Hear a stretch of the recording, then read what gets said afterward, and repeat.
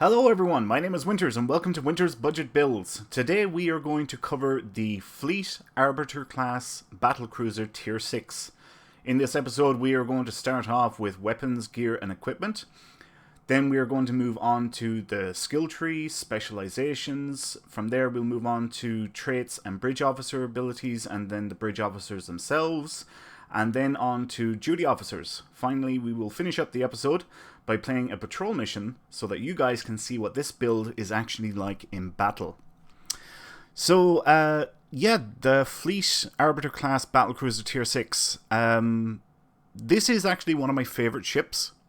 Granted, the skin isn't my most favorite, but the T5, otherwise known as the Avenger, has a beautiful skin, and if you own the T5 you can use the Avenger skin on the Arbiter, and it's actually the Fleet Avenger skin that I really like. It's a beautiful looking ship, but this one isn't too bad. It's pretty cool. Not a bad looking ship altogether. Just I prefer the Avenger skin on it. And it's a battlecruiser, so I love battlecruisers. Anyway, we'll jump into the episode.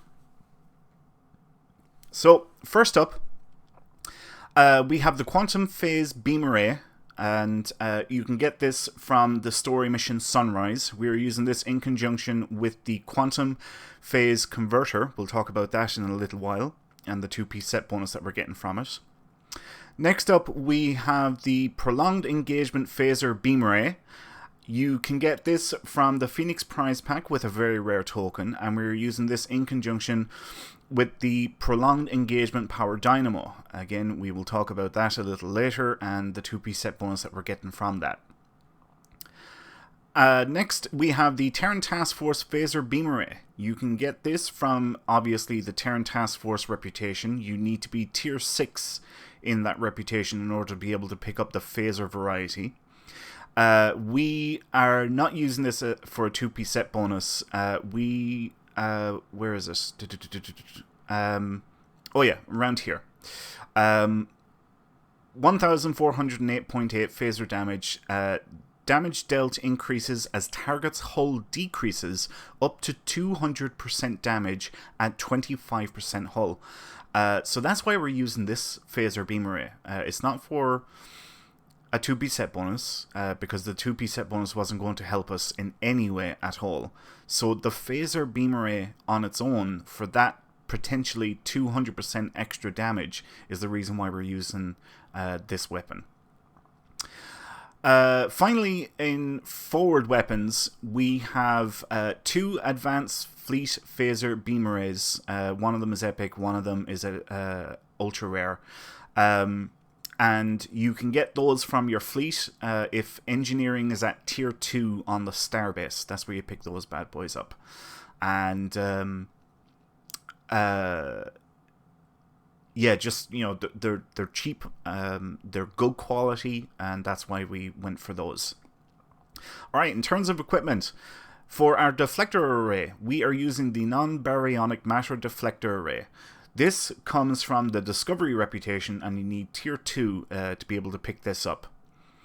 We are using this in conjunction with the Mycelial Harmonic Matter Antimatter Core, or Warp Core, and you need tier 4 in the Discovery reputation to be able to pick this bad boy up.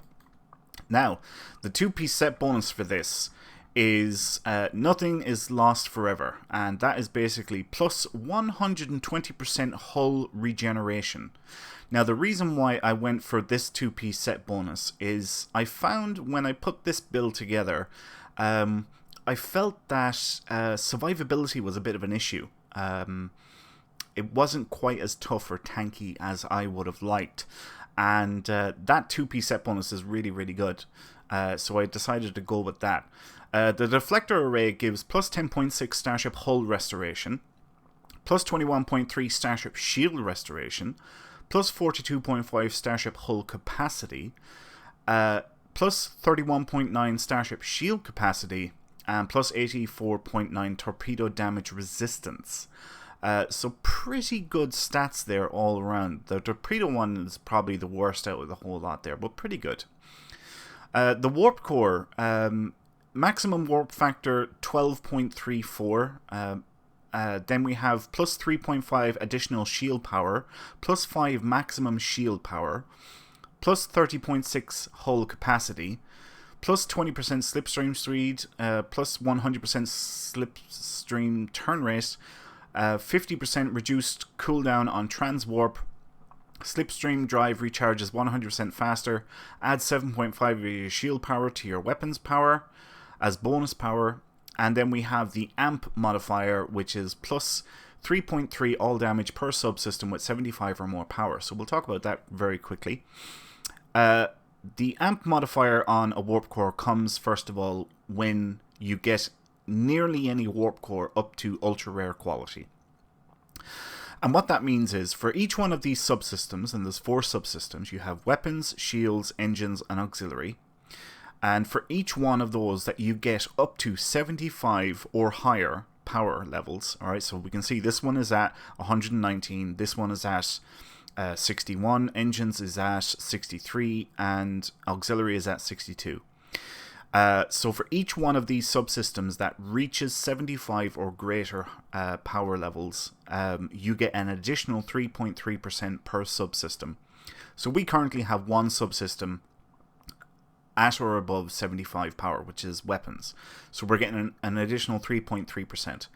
If we get shields up to 75 or greater, we will get 6.6% because we will have 2 subsystems. And if we get 3 subsystems up that far, we will get 9.9% additional power. And then if we get the 4th one up, we will have 13.2% additional damage just for having our power levels right. And we'll talk a little bit about those power levels later on when we get down to the Plasmonic Leech. Okay, moving on. Our impulse engine, we are using the Bajor Defense Hyper Impulse Engine. This can be picked up from the story mission Scylla and Charybdis. We're using this in conjunction with the Bajor Defense Covariant Shield Array. The 2-piece set bonus is Core Damage Systems, which is plus 19% phaser damage and then plus 19% disruptor and plasma damage. This is a phaser build, so we're only benefiting from the 19% phaser damage, which is huge and absolutely fantastic. So that's why we're using that. The Impulse Engine stats, plus 26.7 flight speed, plus 0.49 flight turn rate, hull scraping, 457 kinetic damage, 100% shield penetration to enemy hull when within 0.6 kilometers. Scales up to 2284.9 at 100% throttle. Affected foe immune to hull scraping for 10 seconds. Ramming initiative, ramming speed may be activated at 90% hull. And plus 28.9 full impulse flight speed. And then we have all power to engines plus 204.9 flight speed. The shield is a covariant shield, so it's 11,364.9 maximum shield capacity with a 10% bleed through, and 695.4 shield regeneration every 6 seconds.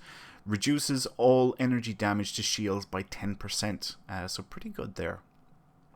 Moving on to after weapons. First up, we have the Advanced Inhibiting Phaser Omnidirectional Beam Array. This comes from Tier 6 in Gamma Reputation. We are using this in conjunction with the Ordnance Accelerator. We'll talk about that here in a little while and the 2-piece set bonus that we're getting from it. Next up, we have the Kinetic Cutting Beam, a favourite of mine, and you need Tier 2 in Task Force Omega Reputation to be able to pick up this bad boy. We're using this in conjunction with the Assimilate module, which once again we will talk about here in a couple of minutes once we get to consoles. Just to expand upon reasons for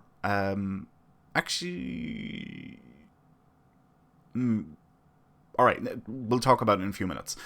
Finally, in after weapons, we have the Omnidirectional Phaser Beam Array. This comes from crafting. You need level 15 in the Beams school to be able to craft omnidirectional beam arrays. And you need the required duty officer to be able to do that. But you can pick these up off the exchange at the moment for approximately, well actually not approximately, for 2 million energy credits, so very cheap on the exchange at the moment. You don't have to worry about mods. You can pick up the cheapest, crappiest omnidirectional phaser beam array, and you can mod it yourself later on. So pick up the cheapest one and then mod it yourself.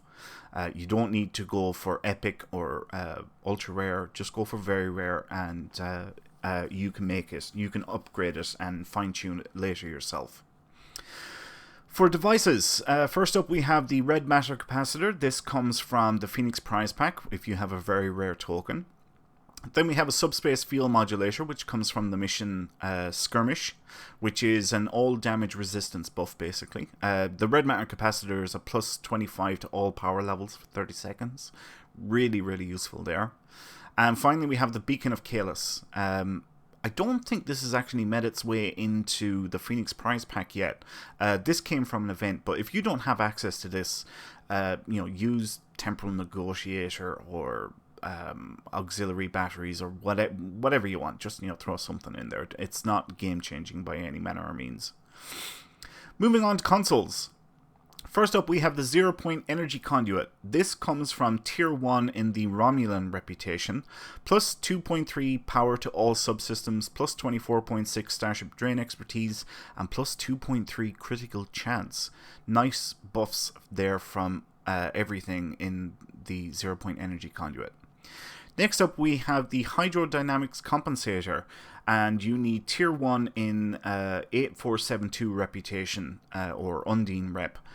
To be able to pick up this bad boy, and it gives plus 3 engine power setting, plus 3 auxiliary power setting, plus 21.6 Starship weapon accuracy, and plus 28.9 flight turn rate, which is very useful in this ship because it is a cruiser. Well, it's a battle cruiser, so turn rate isn't fantastic in it, but this does help a bit and makes it that little bit more maneuverable.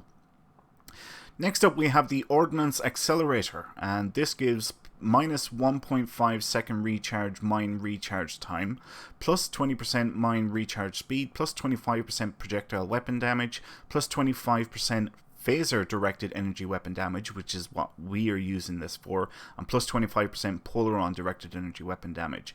So this console is given plus 25% phaser directed energy weapon damage, and that's why we're using this. Now we are also using this in conjunction with the this beam array, the Advanced Inhibiting Phaser beam array, and the 2-piece set bonus that we are using this for is plus 10% phaser weapon damage. So a nice buff there just for using those 2 pieces.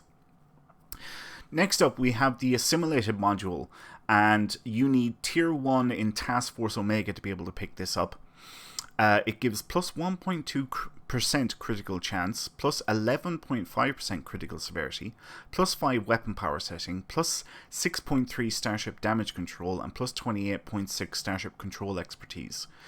Like I said earlier, we're using this in conjunction with the kinetic cutting beam, and the 2-piece set bonus is Omega Weapon Amplifier. 2.5% chance when firing energy weapons to gain Omega Weapon Amplifier for 5 seconds, and that is plus 10 weapon power, plus 500 weapon power drain resistance, and minus 500% weapon power cost. So what that basically means is, for a single firing volley, your weapons will fire at maximum potential. So as I'm sure you all know, when you fire weapons, it drains your weapons power, and the more weapons power you have, the more damage your weapons do, your energy weapons do. So with Omega Weapon Amplifier, boosting your weapon power levels and reducing the weapon power cost and the regen, you fire your weapons at maximum potential for a single volley, dealing heavy damage. So that's why we're using that. Now, what I was going to say there a couple of minutes ago was specifically for the kinetic cutting beam. And this is a favorite of mine, as I've said many times. You see it on most of my builds. And the reason for that is because for a couple of reasons. One, whenever you get the Endeavor that wants you to deal kinetic damage, it is always handy to have a kinetic cutting beam on any ship. because just through normal gameplay, without actually trying very hard, you will rack up the required amount of kinetic damage pretty easily without having to try very hard at all. So that's one reason why I like using the kinetic cutting beam and the assimilator module. The other reason that is very handy to have the kinetic cutting beam on nearly any ship is in case you run into aceton assimilators. If you ever run into an aceton assimilator, as I'm sure many of you know, they absorb energy weapon damage and they pump out radiation that can damage you pretty quickly and easily. And the kinetic cutting beam doesn't do energy damage, it does kinetic damage. So having the kinetic cutting beam means that you can get rid of aceton assimilators pretty easily and quickly, because aceton assimilators are a real pain in the rear end. So another good reason why to have the kinetic cutting beam on most builds. Next up, we have the Quantum Phase Converter. This comes from the story mission Sunrise, and we are using this in conjunction, like I said earlier, with the Quantum Phase Beam Array. The console gives plus 23.8% phaser damage, plus 3.6 auxiliary power setting, plus 35.6 Starship Drain expertise, and a hot restart automatically removes auxiliary power disable condition can occur up to once per 60 seconds. So we're using this for the 23.8% phaser damage. I think when this is upgraded to Mark 15 Epic, that goes up to 25% phaser damage. I think. Don't quote me on that, but I think that's what it goes up to. So because we're getting that massive buff from this console for phaser damage, why not use the phaser beam array as well and benefit from not only the phaser beam array but the 2-piece set bonus, which is phase transfer optimization, plus 15 accuracy rating, double potency of quantum phase weapon shield drain. So an accuracy buff there. It's not hurting. Why not use it? The console is just fantastic. I'm sure we're not losing anything by using the beam array. In fact, we're gaining a bit of accuracy. So, why not use it? Next up, we have another favourite of mine, the Plasmonic Leech, and you can pick these up off the exchange on the Federation faction at the moment for 4.5 million energy credits, so not very expensive. This gives plus 0.75 all power levels to self per stack for 15 seconds, stacks up to 10 times. And minus 1.4 all power levels to target per stack for 15 seconds, stacks up to 10 times. So basically what that does is it takes subsystem power from your target and it gives it to you as free bonus power, increasing all 4 of your subsystems power levels, all 4. And this is how we get up to 75 or greater in our power levels. And once that is achieved, then we're benefiting from the amp modifier that we talked about, that we're getting or using from the warp core. Next up, again, a pretty good console. We have the Prolonged Engagement Power Dynamo. You can pick this up from the Phoenix Prize Pack with a very rare token, and it gives every 5 seconds in combat gain 1 stack of Power Dynamo, plus 1 all power levels, maximum of plus 10. So again, we're getting more power from this console, which is boosting all 4 of our power levels while we're in combat. Again, bringing our power levels up to 75 or greater power setting, which is helping with the amp modifier, giving us additional damage. We are using this in conjunction with the Prolonged Engagement Phaser Beam Array, and the 2-piece set bonus is Endurance Training, 7.5% recharge time on all bridge officer abilities. So nice little buff there, or bonus, from using the 2-piece set bonus with this console and the beam array. Finally, then, we have Vulnerability Locators Phaser Variety. You can pick these up from your Fleet Spire if the Fleet Spire is Tier 3. Now, each one of these gives plus 37.5% phaser damage and plus 1.9% critical chance. You can see there, same stats on all of them. Now, the reason why we go for vulnerability locators is because locators give a buff to critical chance. Vulnerability exploiters gives a buff to critical severity or critical damage. Same thing. However, a fully upgraded Mark 15 Epic Vulnerability Exploiter gives something like 9.3% crit severity. And if we look at our weapons here, we can see this weapon here has 2 crit D modifiers. You can see right here it says it has 2 crit D modifiers. And if you look down here, you can see it says we have plus 40 critical severity. So some simple math. 40% divided by 2 is 20%. So for each crit D modifier we have, each one gives us plus 20% crit severity. So if you had 4 crit D modifiers, that would be plus 80% crit severity. Now there's a big difference in that and the 9.3% you get from a tactical console. So if you're going building into crit chance and crit severity, you're better off by getting your crit severity on your weapons and build up your critical chance as much as you possibly can with your tactical consoles and other means as well, which we'll talk about here in a little while. So that's why we do that, get the vulnerability locators. We build up our critical chance as much as possible with them, and we then mod our weapons with crit severity to jack up crit severity on each weapon. I haven't done it here, but I will at some stage. I just haven't done it yet. So yeah, there we go. That's how we or why we pick the vulnerability locators. Okay, let's move on to our skill tree. So the skill tree, pretty standard. Nothing too out of the ordinary. A few differences here and there. So we're going to gloss over it. So first of all, we have 3 points. 3 points in energy weapons training, 1 point in shield capacity, 1 point in hull capacity, 2 points in electroplasma system flow, 1 point in impulse expertise, 2 points in drain expertise.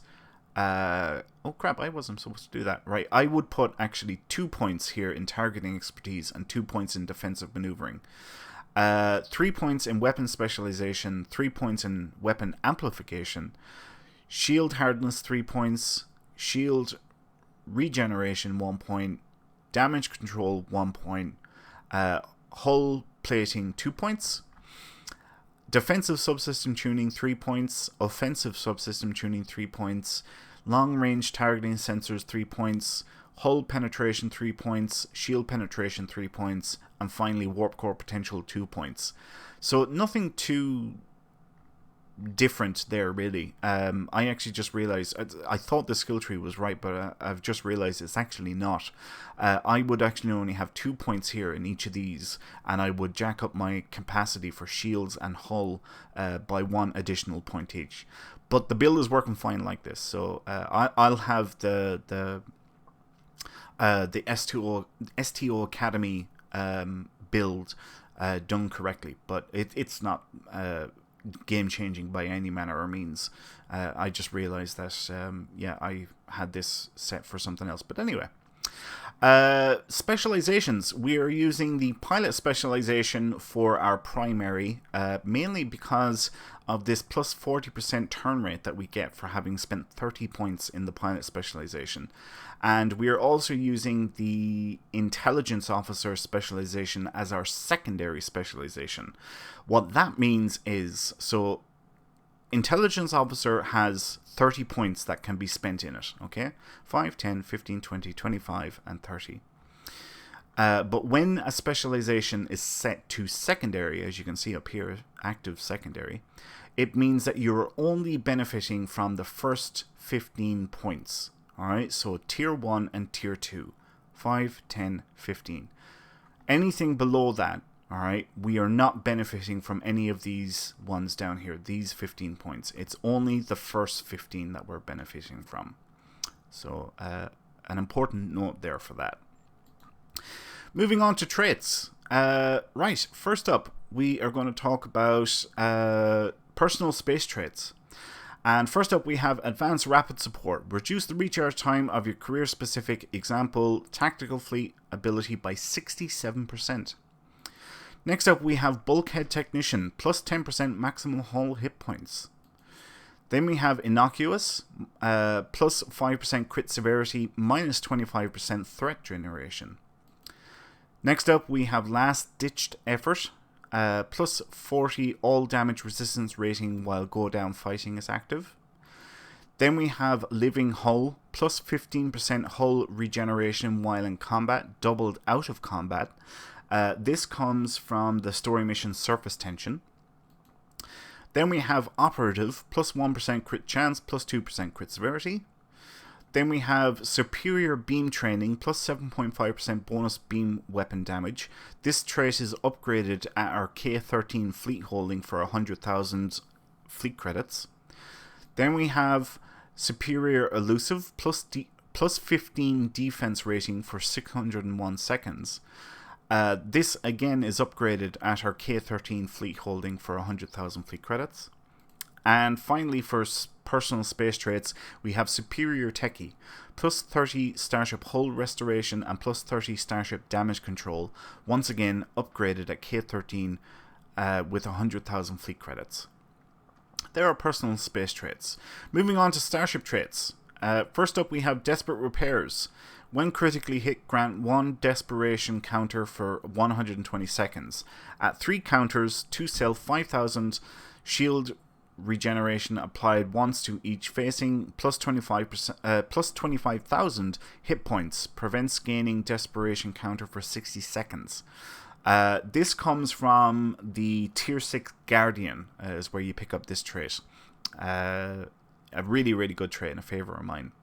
Next up, we have Emergency Weapon Cycle, which actually comes from the Tier 6 Arbiter itself, not the fleet version, the Z-Store version.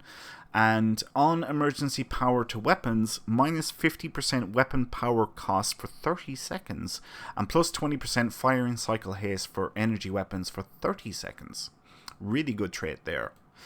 Next up, we have Improved Critical Systems, plus critical chance and crit damage after using an emergency power to bridge officer ability. This comes from a reward for the Temporal Recruit event once you have completed the appropriate tasks, and a favourite of mine and a really, really good trait. Next up, we have Improved Temporal Insight, temporary immunity from hull heals. And this comes from the Delta recruitment event and is obtained by completing the appropriate task as a Delta recruit. Finally, for Starship Traits, we have Superior Pedal to the Metal, increased damage from full throttle. And you get this from spending 30 points in the Pilot Specialization tree, where you pick that up. Okay, moving on to Space Reputation. First up, we have Advanced Targeting Systems. This comes from Dyson Reputation. Then we have Destabilizing Phase Array. This comes from, well, actually, first of all, Advanced Targeting Systems increase crit severity by 20%, and comes from Dyson Rep. Then we have Destabilizing Phase Array, trigger damage immunity when hit, and comes from Iconium Reputation. Then we have Enhanced Armor Penetration. Ship weapons have increased armor penetration, and comes from Delta Reputation. Then we have Enhanced Shield Penetration. Minor shield penetration ignores 6.5% of your target shields with directed energy attacks, and comes from Nukara Reputation. And then we have Magnified Firepower, plus all weapon damage, plus 6.3% bonus weapon damage, and comes from Gamma Reputation. All 5 of those are rank 2 traits, and you need to be tier 6 in each of those appropriate reputations to be able to get the rank 2 variety. Finally then, we have active reputation. First up is the Anti-Time Entanglement Singularity.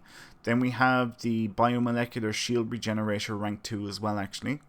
Then we have Deploy Sensor Interference Platform, rank 2. The Quantum Singularity Manipulation, rank 2. And finally, Refracting Tetryon Cascade, rank 2. Once again, you need to be tier 6 in your reps to be able to get the rank 2 variety of each of those traits. Okay, let's move on to bridge officers. Bridge officer abilities. So this is a battlecruiser, meaning two things. First of all, it has a 5-3 layout, which I absolutely love, alright? When I'm flying towards my target, I have all 5 of my forward weapons firing on target. And because there's 3 aft weapons, that means I can put 3 omnidirectional beam arrays on the back. And because they're omnidirectional beam arrays, it means they can fire forward too. So that's 8 weapons I have always on target when I'm flying towards my target. 8 weapons firing. And that's one reason why I like battlecruisers. I just love that 5-3 layout. It's absolutely fantastic. Now, the other thing that I like about this ship is it has the ability to slot 2 Lieutenant Commander tactical bridge officers. Or has 2 Lieutenant Commander Tactical Bridge Officer seats. Meaning I can have 2 copies of TAC Team 1 here and here, 2 copies of Attack Pattern Beta 1 here and here, and then I can have a Beam Overload 3 and a Beam Fire at Will 3, alternating between each one. We have an instance slot that we're using Chemocyte Lace Weaponry 1. In our Commander Engineering, we have an Emergency Power to Shields 1, then Emergency Power to Weapons 2, an Engineering Team 3, and a Directed Energy Modulation 3. And in our Science Lieutenant Station, we have a Transfer Shield Strength 1 and a Hazard Emitters 2. Now, this ship does offer a fair bit of flexibility, actually. And this is just the Fed version of the Karak, or vice versa. The Karak is the KDF version of the Arbiter, and they're basically identical ships except for the skins. That's like the only difference in them is the skins. The layout for bridge officers, consoles, weapons, all that is identical. Stats, everything is identical. And those of you who have seen my Karak budget build video, I had this officer as an engineer, and I was doing an Oxtabat build on it. And I didn't want to do the same thing again with this video. I wanted to do something different since I had done an Oxtabat with the last one, and it's basically the same ship, just for different factions. So this time we have 2 Lieutenant Commander Tacticals, an Ensign Tactical, and it works really, really well. And yeah, really, really like it. It's turned out to be very, very good. Now, in terms of bridge officers themselves, actually, wait, no. If you wanted some other flexibility that you could do, is you could put this TAC Team 1 here and get rid of the Chemocyte Lace Weaponry if you wanted, and put an Intelligence Team 1 there if you like. Or you could get rid of the Beam Fire Will 3 and put Beam Fire Will 1 here, getting rid of the Chemocyte Lace Weaponry, and use some other intelligence officer ability in place of the Beam Fire Will 3 if you wanted. So there's some extra ideas that you can do if you prefer. And obviously, if you wanted, you could do an engineer here and do an Oxtabat build if you like Oxtabat builds. But this is just a different way of doing it. Now, the bridge officers themselves. So we have this dude here, Oliver, and Servius. And both of these guys are superior Romulan operatives. You pick them up from your fleet embassy. And they come with the trait, the space trait, superior Romulan operative, which is plus crit and crit severity reduced cloak cooldown. As I'm sure many of you know, space traits on bridge officers are rare. Most come with a crap ton, like 3 or 4 ground traits. Space traits are very rare. So we're using 2 superior Romulan operatives from our fleet embassy. and we're benefiting from a plus 2% crit chance and plus 5% crit severity and plus 15 power recharge speed for cloaking. We're not benefiting from that last part, but the first two we are. Then we have a Jemadar, which comes with the space trait Engineered Soldier, plus 5% all weapon damage, plus 1% crit chance, and plus 2.5% crit severity. You can get, or Jemadar Bridge Officers come with the Gamma Quadrant expansion pack, and is an account unlock. So if you get that, it's like on every character you can pick up those Bridge Officers. Then we have Loki here, and he is a Nausicaan, and you can pick up a Nausicaan by achieving rank 4 in your diplomatic commendation in the duty officer system. And because he's a Nausicaan, he comes with the space trait Pirate, which is plus 1.5% bonus all damage and plus 150 Starship Stealth. Finally, then we have Zar, and this is otherwise known as Mr. Potato Head, and he comes from the story mission Alliances. And he, surprisingly, actually comes with 2 space traits, as you can see here.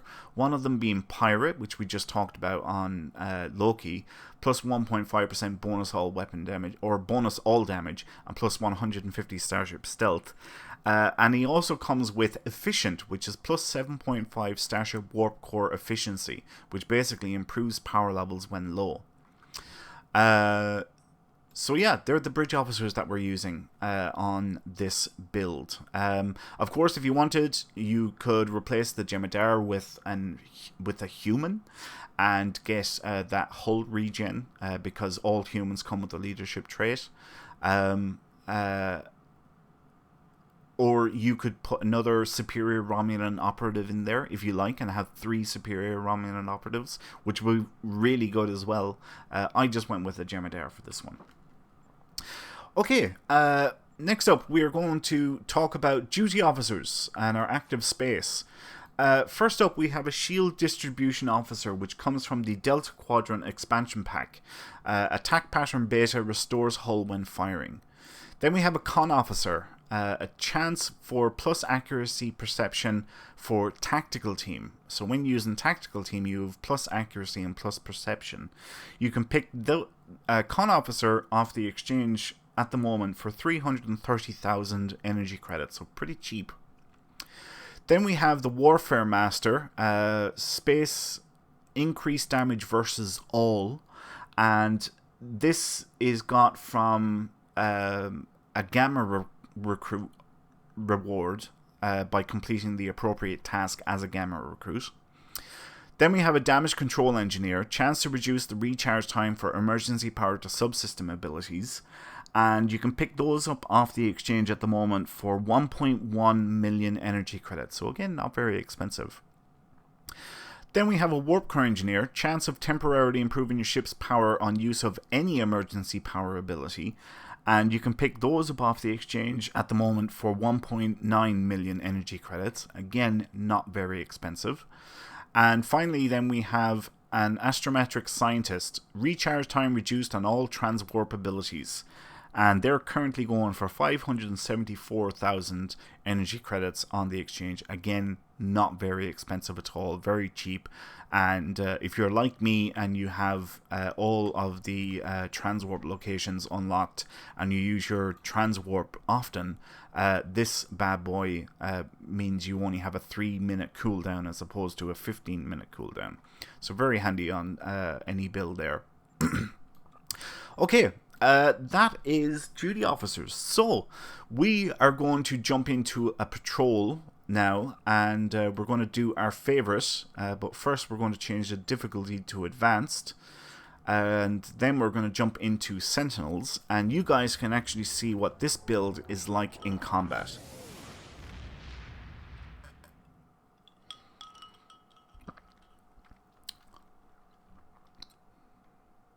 And it looks like we've got a slow load. I'm sure it'll pick up here now in a minute. So, yeah, like I was saying earlier, the Arbiter is basically the T6 version of the Avenger, which is the T5 ship. It's just got a Starship trait and an extra bridge officer ability.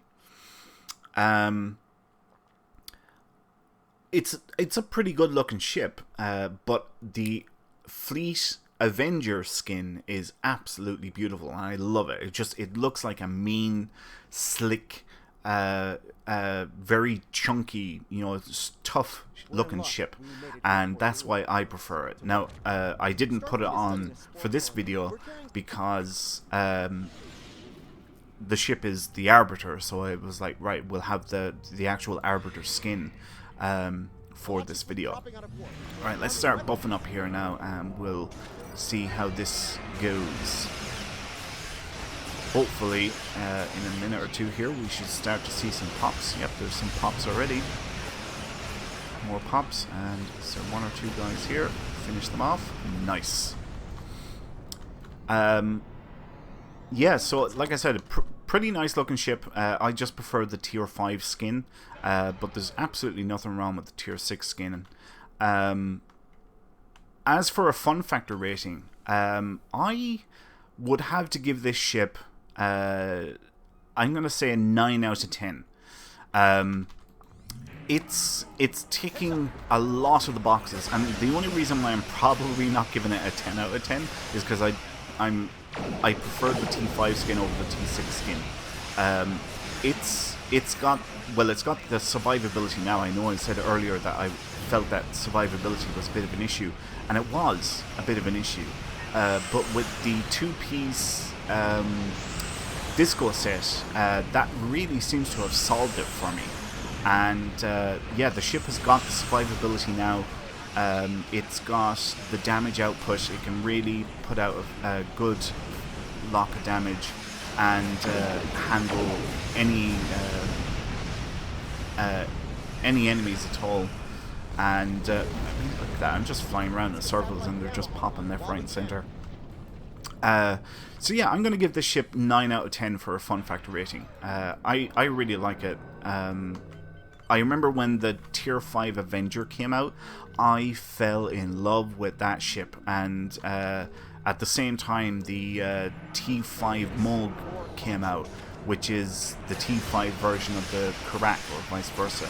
The Karak is the T6 version of the Moog. And the T6 versions of the ships are just as good. They're really, really good. They've got survivability, you can work on the maneuverability, they have the damage output as well, if you build them properly, because like, look, you can see they're all popping relatively quickly. Just a little bit of work on each one of them and they all go pop.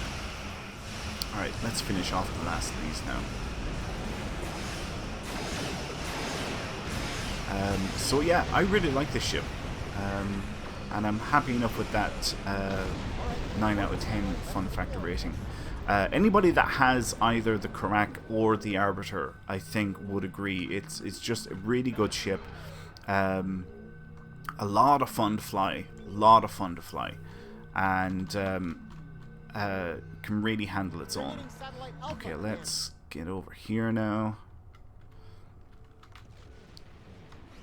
Alright, start buffing up. And unleash hell.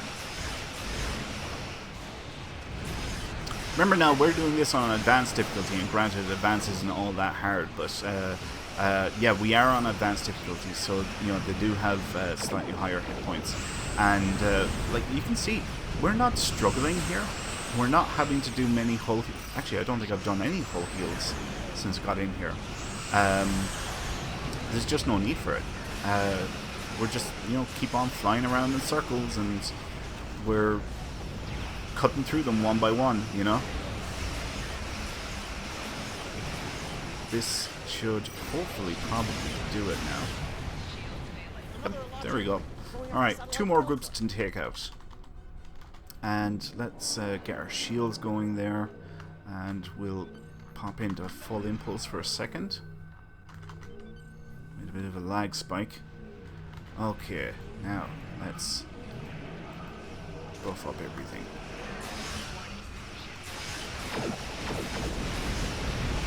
See, ship's going pop already.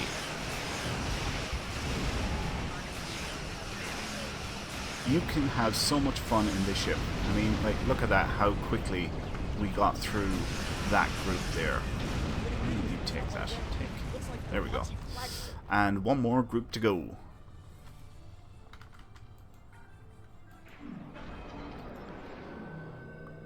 Alright, and full impulse for half a second. And buff up.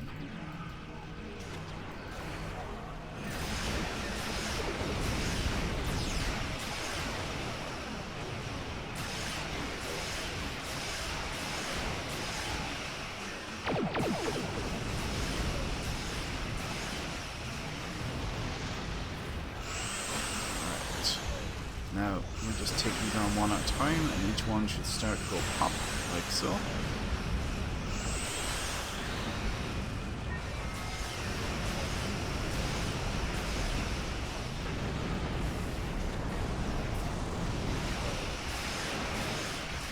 And this should hopefully finish off the last few. Yep, there we go. Voila! Alright, let's have a look at our marks. What marks do I need? What's the lowest here? 36, 34, competitive. Get some competitive marks. Alright. And depart system.